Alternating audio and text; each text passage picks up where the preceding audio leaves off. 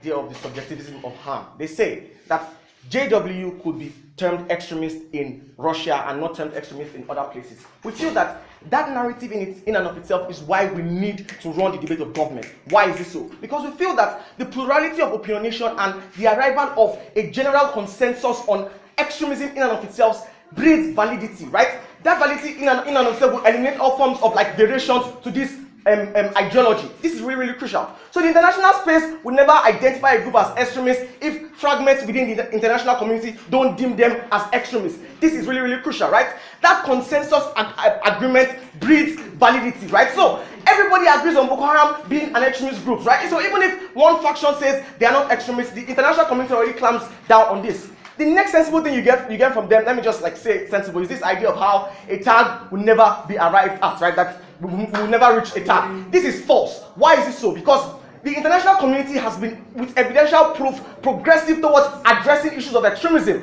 This is why the international community has addressed, all forms of terrorist activisms like clamping on ISIS and all of the rest. There is an evident progressive aggression towards extremism, which means that the international community will always want to reach a consensus. So bullshit to all of those things about tags not being able to be reached.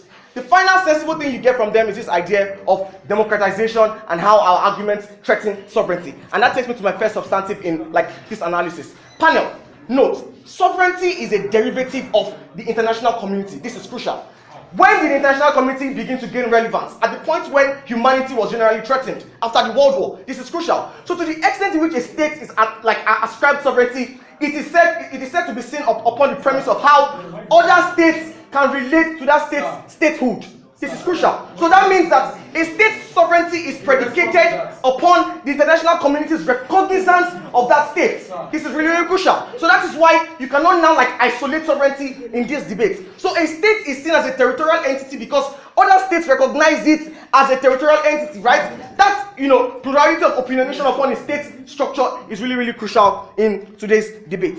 Panel, 3 thematics upon which this debate has run. Firstly, the idea of label. What we tell you from closing government is the fact that skewnnesses and biases are inherent in our human nature. This is something that you can never eliminate from both sides.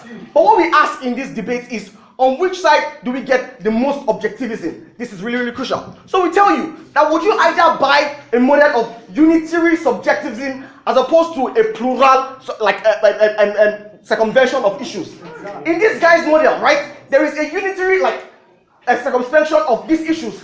To the extent in which this discourse is isolated to that state, right? That makes it unitary. So you don't really get the best agreed popular opinion upon these issues. What opening tells you, right, is that in the international space there is more discourse. Why do we win this debate on that premise from closing government? We tell you that the international community has a moral obligation to be objective. Why is that so? Firstly, we tell you, right, that there is an implicit obligation of the international community to supervise state responses. This is really, really crucial. So even when the international community does not label states, right, there is an implicit obligation of the international community to supervise state responses. How much more when the IC is now solitary, the body that determines what these state responses will be. This is really, really crucial. But furthermore, we tell you, right, that the idea of isolation is one that is problematic in this debate. And why is that so?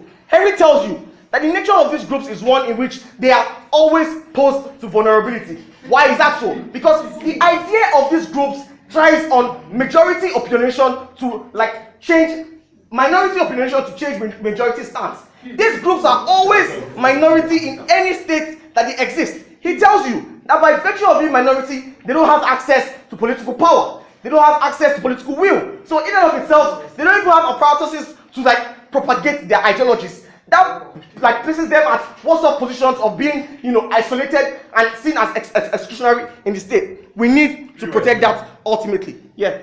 Okay, so to a point where we tell you that these international bodies in themselves sometimes set certain tags which the states do not agree with. And anytime there's a disagreement between them, there's an inability to act and then even call and fight on behalf of the minorities. Panel, this argument of disagreement is we're not going to let it run parallel. This is the simple principle we run on. Would you rather adopt a model of isolationist circumspection of issues, or rather one where you have a plurality of opinionation?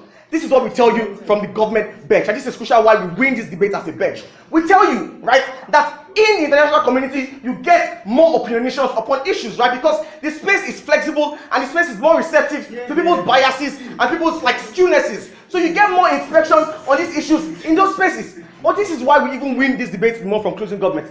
Why states have like incentives to even be biased. Henry tells you that in states where majority opinions are dominant, these states pursue skewed policies that exclude minority groups, right? So we need to protect these minority groups in today's debate. But most importantly, panel, we tell you that even in instances where these groups don't pose evidential harms to the states, they are still victimized. What OO fails to recognize in this debate is that JW, for example, does not pose any evidential threats to the framework of Russia. So the entirety of their case is predicated upon instances where these groups are totally violent and harmful.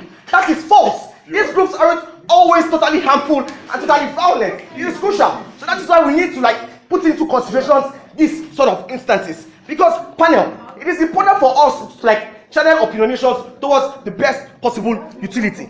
What do we also tell you in this debate, right? We argue why the international community has an obligation to be objective.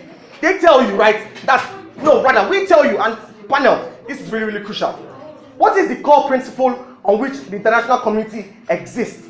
This is on participation, right? The fabric that holds the generality of the world together.